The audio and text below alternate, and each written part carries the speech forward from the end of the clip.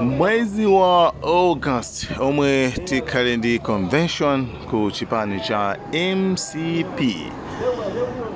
Takulandirani pa Malawi Cameras YouTube channel. Tiyesa kuti nonse komwe muli mwadzuka bwino. Ngati sizinatero ndi kuti Ambuye Mulungu ndithu odziwa kuchiza akuchizeni. Komanso atifewetsere nyengo zathu tikudziwa kuti tikudutsa mu nyengo zosiyanasiyana, zowawa, zopweteka.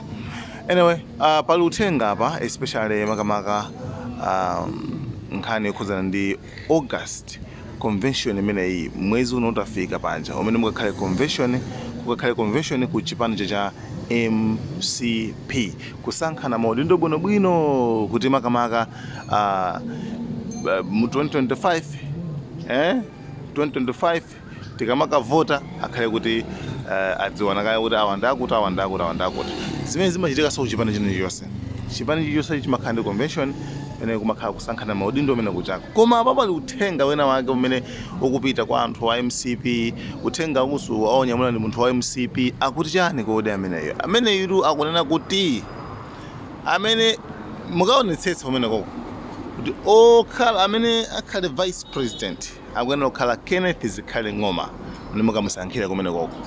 Komanso amene secretary general akhale Richard Chiwendo Banda.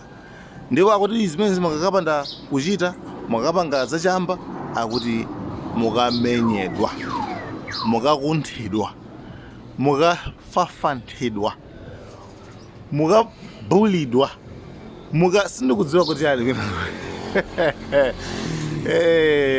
ndale. Anyway, ndete ndaonera amene wawa akuti zikuti bwanji kuti koma ya maguvota mpaka makakamizana. Guys, anyway guys, thank you so much.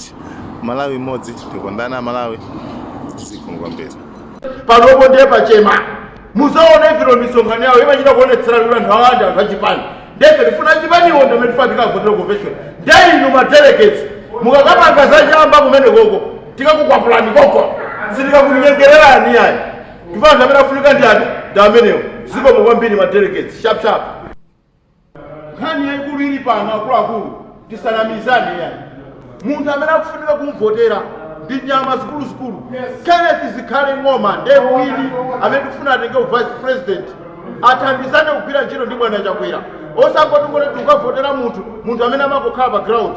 Pala anthu awiri amene chipani chikuafuna Kenneth Zikhale Ng'oma ngati vice president komanso Richard Chiwendo Banda ngati secretary general wa chipani cha Malawi Congress Party.